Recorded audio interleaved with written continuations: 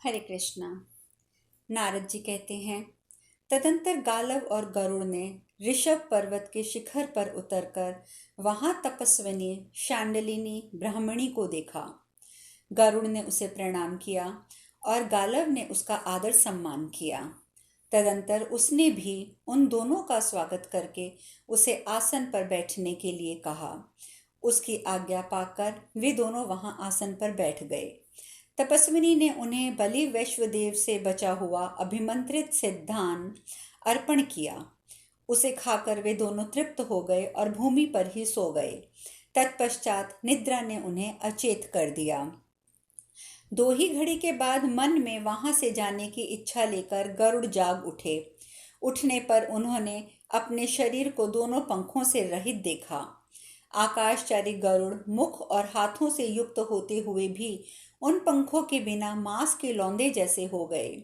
उन्हें उस दशा में देखकर गालव का मन उदास हो गया। उन्होंने पूछा, सखे, तुम्हें यहाँ आने का ये क्या फल मिला? इस अवस्था में हम दोनों को यहाँ कितने समय तक रहना पड़ेगा? तुमने अपने मन में कौन सा अशुभ चिंतन किया है जो धर्म को दूषित करने वाला रहा है? मैं समझता हूँ तुम्हारे द्वारा यहाँ कोई बड़ा धर्म विरुद्ध कार्य नहीं हुआ होगा। तब गरुड़ ने विप्रवर गालव से कहा, ब्राह्मण, मैंने तो अपने मन में यही सोचा था कि इस सिद्ध तपस्विनी को वहां पहुंचा दूं जहां प्रजापति ब्रह्मा हैं, जहां महादेव जी हैं, जहां सनातन भगवान विष्णु हैं तथा जहां धर्म एवं यज्ञ है। इसे वहीं निवास करना चाहिए। अतः मैं भगवती शांडिलिनी के चरणों में पड़कर ये प्रार्थना करता हूँ कि मैंने अपने चिंतनशील मन के द्वारा आपका प्रिय करने की इच्छा से ये बात सोची है।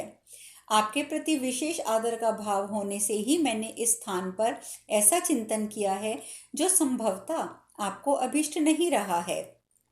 मेरे द्वारा ये पुण्य है या पाप, अपने ही महात्म्य से आप मेरे इस अपराध को क्षमा कर दें। यह सुनकर तपस्विनी बहुत संतुष्ट हुई। उसने उस समय पक्षीराज गरुड़ और विप्रवर गालव से कहा, सुपर्ण, तुम्हारे पंख और भी सुंदर हो जाएंगे, अतः तुम्हें भयभीत नहीं होना चाहिए। तुम घबराहट को छोड़ दो। वत्स, तुमने मेरी निंदा की है, मैं निंदा नहीं सहन करती हूँ। जो पापी मेरी निंदा करेगा वह पुण्य लोकों के से तत्काल भ्रष्ट हो जाएगा। समस्त शुभ लक्षणों से हीन और आनंदिनी हो रहकर सदाचार का पालन करते हुए ही मैंने ये उत्तम सिद्धि प्राप्त की है। आचार ही धर्म को सफल बनाता है। आचार ही धन रूपी फल देता है। आचार से मनुष्य को संपत्ति प्राप्त होती है और आचार ही शुभ लक्षणों को भी नाश कर देता है। अतः आयुष्मान पक्षीराज, अब तुम यहाँ से अपने अभीष्ट स्थान को जाओ। आज से तुम्हें मेरी निंदा नहीं करनी चाहिए। मेरी ही क्यों, कहीं भी किसी भी स्त्री की निंदा करना उचित नहीं है। अब तुम पहले की भांति अपने बल और पराक्रम से संपन्न हो जाओगे। शांडिली के ऐसा कहते ही गरुड़ की पांखें पहले से भी अधिक शक्तिशाली हो गईं। तत्पश्चात शांडिली से आज्ञा लेकर वे जैसे आए थे वैसे ही चले गए। वे गालव के बताए अनुसार श्याम कर्ण घोड़े नहीं पा सके। इधर गालव को राह में आते देखकर वक्ताओं में श्रेष्ठ विश्वामित्र जी खड़े हो गए और गरुड़ के समीप उनसे इस प्रकार बोले, ब्राह्मण, तुमने स्वयं ही जिस धन देने को प्रतिज्ञा की थी उसे देने का समय आ गया है। फिर तुम जैसा ठीक समझो करो। मैं इतने ही समय तक तुम्हारी प्रतीक्षा करूंगा। ब्राह्मण, जिस प्रकार तुम्हें सफलता मिल सके उस मार्ग का विचार करो। तदंतर दीन और अत्यंत दुखी होकर गालव मुनि ने गरुड़ से कहा, द्विश्रेष्ठ गालव, विश्वामित्र जी ने मेरे सामने जो कुछ कहा है, आओ उसके विषय में हम दोनों सलाह करें। तुम्हें अपने गुरु को उनका सारा धन चुकाए बिना चुप नहीं बैठना चाहिए। इस प्रकार श्री महाभारत उद्योग पर्व के अंतर्गत भगवान उद्यान पर्व में गालव चरित्र विषयक 113वां अध्याय पूर्ण हुआ। नारद जी आगे कहते हैं, तदंतर पक्षियों में श्रेष्ठ गरुड़ ने दीन दुखी गालव मुनि से इस प्रकार कहा, धरती पृथ्वी के भीतर जो उनका सार तत्व है उसे तपाकर अग्नि ने जिसका निर्माण किया है, उस अग्नि को उद्दीप्त करने वाली वायु ने जिसका शोधन किया है, उस सुवर्ण को हिरण्य कहते हैं। वह संपूर्ण जगत हिरण्य प्रधान है, इसीलिए ही उसे हिरण्य कहते हैं। वह इस जगत को स्वयं धारण करता ही है, दूसरों को भी धारण कहलाता है। इस कारण उस स्वर्ण का नाम धन है। यह धन तीनों लोकों में सदा स्थित रहता है। द्विजश्रेष्ठ, पूर्व भाद्रपद और उत्तरा भाद्रपद इन दोनों नक्षत्रों में किसी एक के साथ शुक्रवार का योग हो तो अग्निदेव कुबेर के लिए अपने संकल्प से धन का निर्माण करके उसे मनुष्यों को देते हैं। पूर्व भाद्रपद के देवता अजैकपाद, उत्तरापाद के देवता अहिभुर्ज और कुबेर, इन तीनों उस धन की रक्षा करते हैं। इस प्रकार किसी को भी धन नहीं मिल सकता जो प्रारब्धवश उसे मिलने वाला ना हो, और धन के बिना तुम्हें श्याम वर्ण घोड़े प्राप्त नहीं हो सकते। इसलिए मेरी राय है कि तुम राजऋषियों के कुल में उत्पन्न हुए किसी ऐसे राजा के पास चलकर धन की याचना करो जो पूर्ववासियों को पीड़ा दिए बिना ही हम दोनों को धन देने कर कृतार्थ कर सके। चंद्रवंश में उत्पन्न एक राजा है जो मेरे मित्र हैं। हम दोनों उन्हीं के समीप चलें। इस भूतल पर उनके पास अवश्य ही धन है। मेरे उस मित्र का नाम राजा ययाति है। वह महाराज नहुष के पुत्र हैं। वे सत्य पराक्रमी वीर हैं। तुम्हारे मांगने और मेरे कहने पर वे तुम्हें धन अवश्य देंगे। उनके पास धनाध्यक्ष कुबेर की भांति महान वैभव रहा है। विद्वन, इस प्रकार दान लेकर ही तुम गुरु दक्षिणा का ऋण चुका दो। इस प्रकार परस्पर बातें करते और उचित कर्तव्य को मन ही मन सोचते हुए वे दोनों प्रतिष्ठापुर में राजा ययाति के दरबार में उपस्थित हुए। राजा के द्वारा सत्कार पूर्वक दिए हुए श्रेष्ठ अर्घ्यपाद आदि ग्रहण करके विंतानंदन गरुड़ ने उनके पूछने पर अपने आगमन का प्रयोजन इस प्रकार बताया।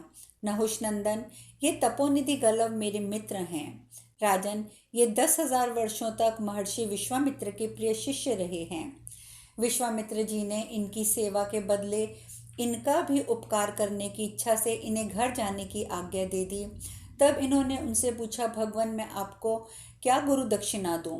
इनके बार बार आग्रह करने पर विश्वामित्र जी को कुछ क्रोध आ गया और अतः इनके पास धन का अभाव है ये जानते हुए उन्होंने कहा, लाओ गुरु दक्षिणा दो। गालव, मुझे अच्छी जाति में उत्पन्न हुए ऐसे 800 घोड़े दो जिनकी अंग कांति चंद्रमा के समान उज्जवल, कान एक ओर से श्याम रंग के हों। गालव, यदि तुम मेरी बात मानो तो यही गुरु दक्षिणा ला दो। तपोधन विश्वामित्र ने ये बात कुपित होकर कही थी। अतः ये द्विजश्रेष्ठ गालव महान शोक से संतप्त हो गुरु दक्षिणा चुकाने में असमर्थ हो गए हैं, इसीलिए आपकी शरण में आए हैं। पुरुष सिंह, आपसे भिक्षा ग्रहण करके गुरु को पूर्वोक्त धन देकर ये क्लेश रहित होकर महान तप में संलग्न हो जाएंगे। अपनी तपस्या के एक अंश से आपको भी संयुक्त करेंगे। यद्यपि आप अपनी राजर्षियोचित तपस्या से पूर्ण हैं, तथापि ये अपने ब्रह्म तप से आपको और भी परिपूर्ण करेंगे। नरेश्वर, भोपाल, यहाँ दान दिए हुए घोड़े के शरीर में जितने रोए होते हैं, दान करने वाले लोगों को परलोक में उतने ही घोड़ों की प्राप्ति होती है। ये गालव दान लेने के लिए सुयोग्य पात्र है और आप दान करने के लिए श्रेष्ठ अधिकारी हैं। जैसे शंख में दूध रखा गया हो, उसी प्रकार इनके हाथ में दिए हुए आपके इस दान की शोभा होगी। इस प्रकार उद्योग पर्व के अंतर्गत भगवान उद्यान पर्व में गालव चरित्र विषयक 114वां अध्याय पूर्ण हुआ। नारद जी आगे बताते हैं, गरुड़ ने जब इस प्रकार यथार्थ और उत्तम बात कही, तब सहस्त्रों यज्ञों का अनुष्ठान करने वाले दाता, दानपति, प्रभावशाली तथा राजोचित तेज से प्रकाशित होने वाले संपूर्ण ऋषियों के स्वामी महाराज ययाति ने सावधानी के साथ बारंबार विचार करके एक निश्चय पर पहुंचकर इस प्रकार कहा। राजा ने कहा, पहले अपने प्रिय मित्र गरुड़ और तपस्या के मूर्तिमान स्वरूप विप्रवर गालव को अपने यहाँ उपस्थित देखकर और उनकी बताई हुई स्मरणीय भिक्षा की बात सुनकर मन में इस प्रकार विचार किया, ये दोनों सूर्यवंश में उत्पन्न हुए दूसरे अनेक राजाओं को छोड़कर मेरे पास आए हैं। ऐसा विचार कर वे बोले, निष्पाप गरुड़, आज मेरा जन्म सफल हो गया, आज मेरे कुल का उद्धार हो गया, आज आपने मेरे इस संपूर्ण देश को भी तार दिया। सखे, फिर भी मैं एक बात कहना चाहता हूँ। आप पहले से मुझे जैसा धनवान समझते हैं, वैसा धन संपन्न अब मैं नहीं रह गया हूँ।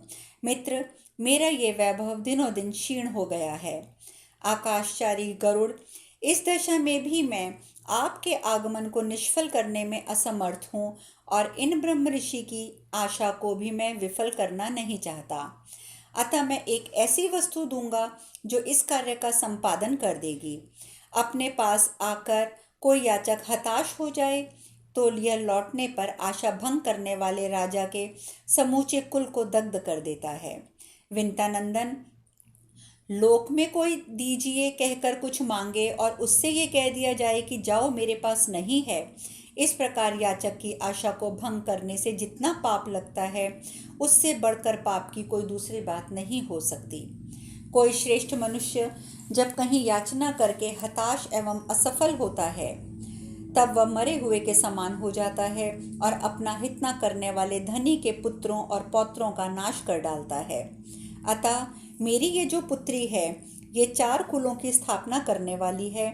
इसकी कांति देव कन्या के समान है। ये संपूर्ण धर्मों की वृद्धि करने वाली है। गालव, इसके रूप सौंदर्य से आकृष्ट होकर देवता, मनुष्य और असुर सभी लोग सदा इसे पाने की अभिलाषा रखते हैं।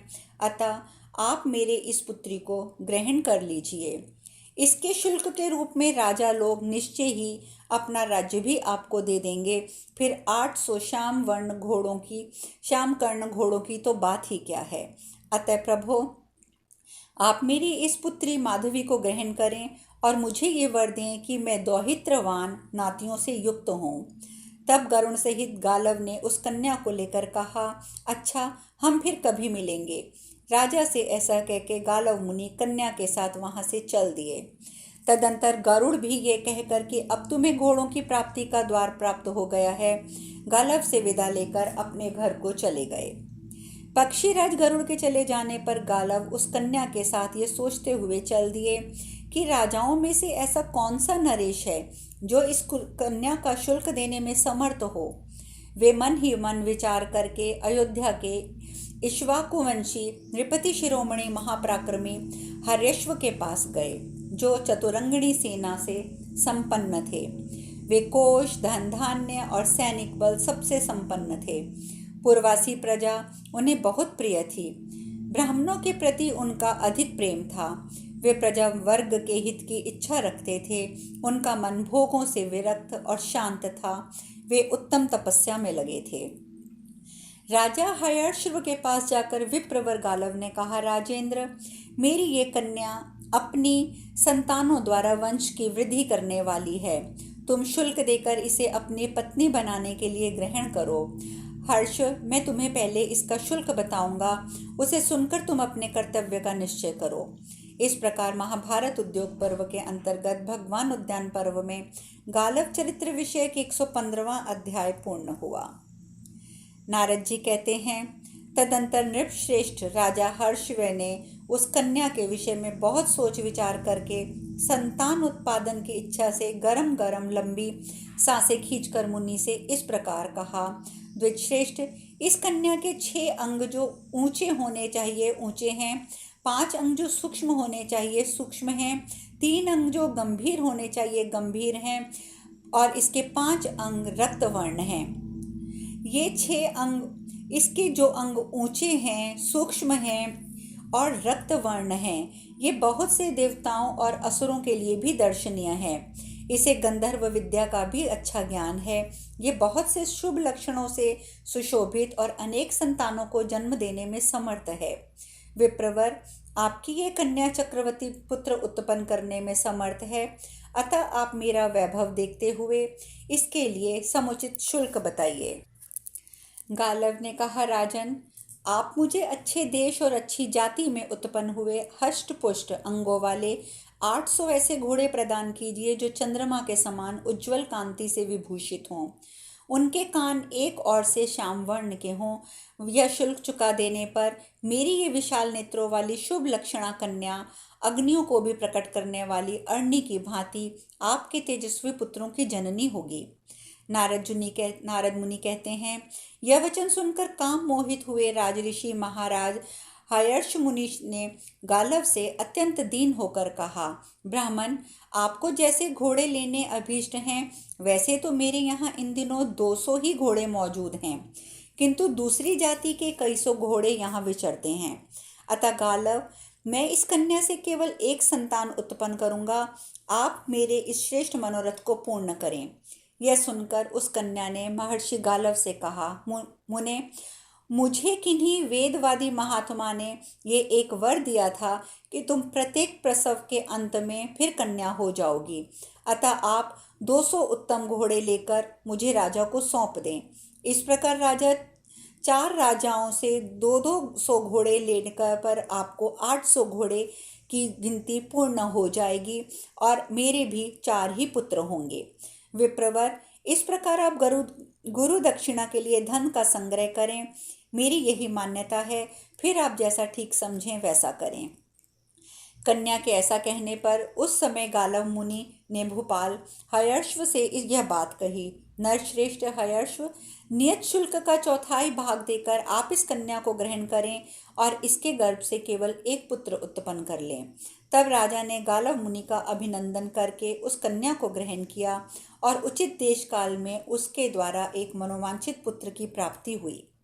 तदंतर उनका वह पुत्र वसुमना के नाम से विख्यात हुआ। वह वसुओं के समान कांतिमान, उनकी अपेक्षा से भी अधिक धन रत्नों से संपन्न और धन का खुले हाथ दान देने वाला नरेश हुआ। तत्पश्चात उचित समय पर बुद्धिमान गालव पुनः वहां उपस्थित हुए और प्रसन्नचित राजा हयर्श्व से मिलकर इस प्रकार बोले, नरश्रेष्ठ, आपको ये सूर्य के समान तेजस्वी पुत्र प्राप्त हो गया है। अब इस कन्या के साथ घोड़ों की याचना करने के लिए दूसरे राजा के यहाँ जाने का अवसर उपस्थित हुआ है। राजा हयर्श्व सत्य वचन पर दृढ़ रहने वाले थे। उन्होंने पुरुषार्थ में समर्थ होकर भी 600 श्याम वर्ण घोड़े दुर्लभ होने के कारण माधवी को पुनः लौटा दिया। अब शेष कथा कल। हरे कृष्णा।